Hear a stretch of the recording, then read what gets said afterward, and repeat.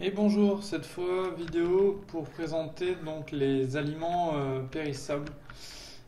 Alors c'est simple, pour augmenter encore la difficulté au niveau du jeu parce que j'en ai pas mis assez je pense. On va faire en sorte, ou surtout j'ai fait en sorte que tous les aliments du jeu, enfin sauf certaines exceptions, sont périssables en fait, hein. Ce qui veut dire que vous allez concrètement, voilà, vous allez voir une pomme par exemple. À partir du moment où vous créez l'élément, où vous le ramassez, il va avoir une durée de vie. C'est-à-dire que la pomme, elle va avoir 6 heures. On parle de temps IRL, hein, parce que en jeu, c'est pas 6 heures, hein. 6 heures en jeu, c'est presque je sais pas, une vingtaine de journées en fonction du serveur. Donc on va prendre par exemple une pomme, ça va être 6 heures. Un cookie, ça va être 24 heures, donc c'est toujours IRL, hein. Du pain, c'est 24 heures. Une pomme de terre, c'est 6 heures. Et par exemple, tout ce qui est viande crue, c'est du 6 heures aussi.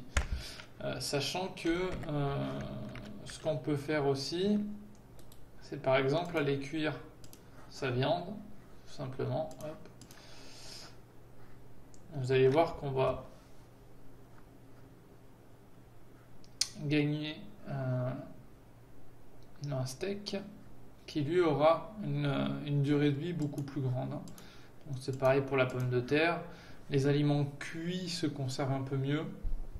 Bon, dans la réalité, il faudrait les faire sécher pour les conserver, mais là, comme Minecraft ne propose pas, on va partir sur le principe des aliments cuits, donc bon, pommes de terre cuits, etc. À partir de là, vous avez des aliments qui vont durer un peu plus. Donc ça va un peu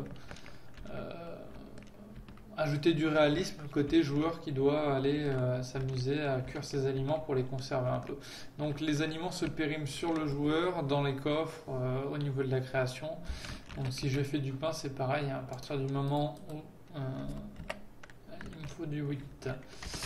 À partir du moment où vous créez c'est bon.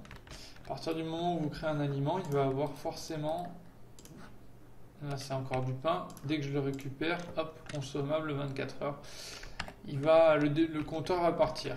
Pour la technique, c'est un code aléatoire avec un timestamp qui est dans le nom de l'objet, donc c'est facilement reproductible sur d'autres serveurs.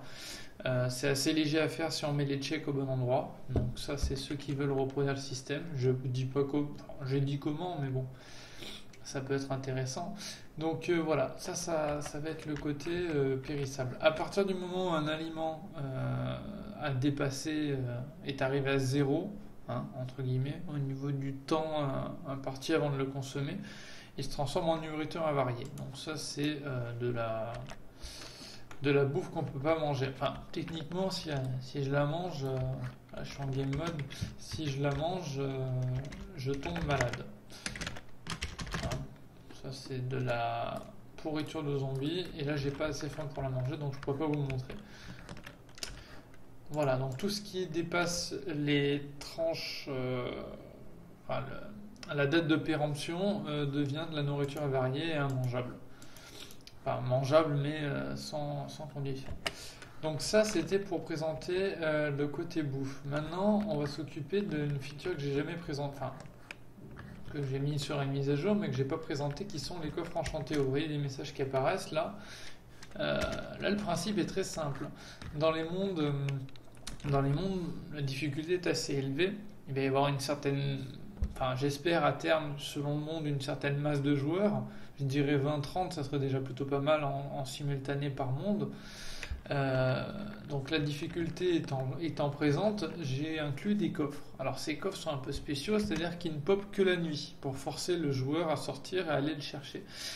Vous allez voir que dans le chat, il y a évidemment les coordonnées. Alors, c'est pas un debug ou une erreur de ma part, c'est que réellement, j'ai envie d'afficher les coordonnées des coffres pour le joueur. J'ai pas trouvé de choses un peu plus radieuses pour aider le joueur à l'orienter vers les coffres. Mais les coordonnées, ça va faire deux choses. Déjà, ça va vous dire précisément où est le coffre, donc vous allez pouvoir aller le chercher. Et ça va aussi augmenter les interactions avec les joueurs. Parce que vu que tout le monde a le message, tout le monde sera tenté d'aller voir ce qu'il y a dans ce coffre. Donc le coffre apparaît uniquement la nuit et disparaît le matin. C'est important à savoir parce que quand le soleil se lève, les coffres vont disparaître. s'ils n'ont pas été vidés. Alors, qu'est-ce qu'apporte un coffre? On va le voir tout de suite. Parce que vu que les mondes sont assez délicats à passer déjà, voilà, un coffre, c'est un coffre classique, hein. Si ce n'est que quand le joueur va l'ouvrir, en fonction de la difficulté, il va recevoir du score et dedans plein de choses. Alors celui-là, on a eu du bol. Je vais avoir des potions de régénération. Donc il y a bien marqué quand un joueur l'ouvre, hein. Vous voyez que mon score a augmenté de 60. Trouve un coffre enchanté. Et là-dedans, la génération, elle reste. Donc, à partir du moment où il est ouvert, il ne disparaît plus. Et il laisse la possibilité à un autre coffre de revenir, mais je vais revenir après. Donc là, une potion de régénération, enfin des objets aléatoires et tous les objets magiques qui sont présents dans le shop. Donc ici, tout ce que je rajouterai au fur et à mesure aussi, sont disponibles dans les coffres. C'est-à-dire que vous avez quand même 10% de chance d'avoir un objet magique là-dedans. Donc je pense que vu la difficulté, c'est toujours intéressant d'avoir accès à ces ressources, surtout qu'il peut y avoir du diamant, des armures, tout ce qu'on veut. Il y a un creeper qui a essayé de me tuer. On va passer comme ça. Donc c'est vraiment des choses à ne pas zapper. Sachant que les coffres ne peuvent apparaître que 5 en simultané à la fois. Ce qui veut dire que s'ils ne sont pas récupérés, il n'y en aura pas une ribambelle non plus de partout.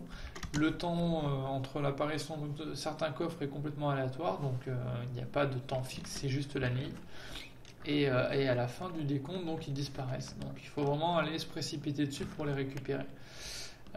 Donc ça c'était la partie coffre enchanté. Évidemment la loi de la nourriture consommable s'applique aussi pour ces coffres, hein.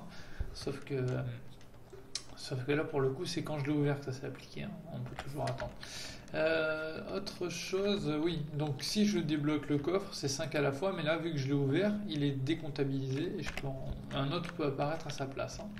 Donc après, à vous de réfléchir à peut-être tendre des pièges, si vous n'aimez pas les autres joueurs, ou essayer de farmer les objets magiques comme ça. C'est quand même plus facile que d'aller les acheter et les ressources sont vraiment intéressantes à l'intérieur. Voilà, c'est tout.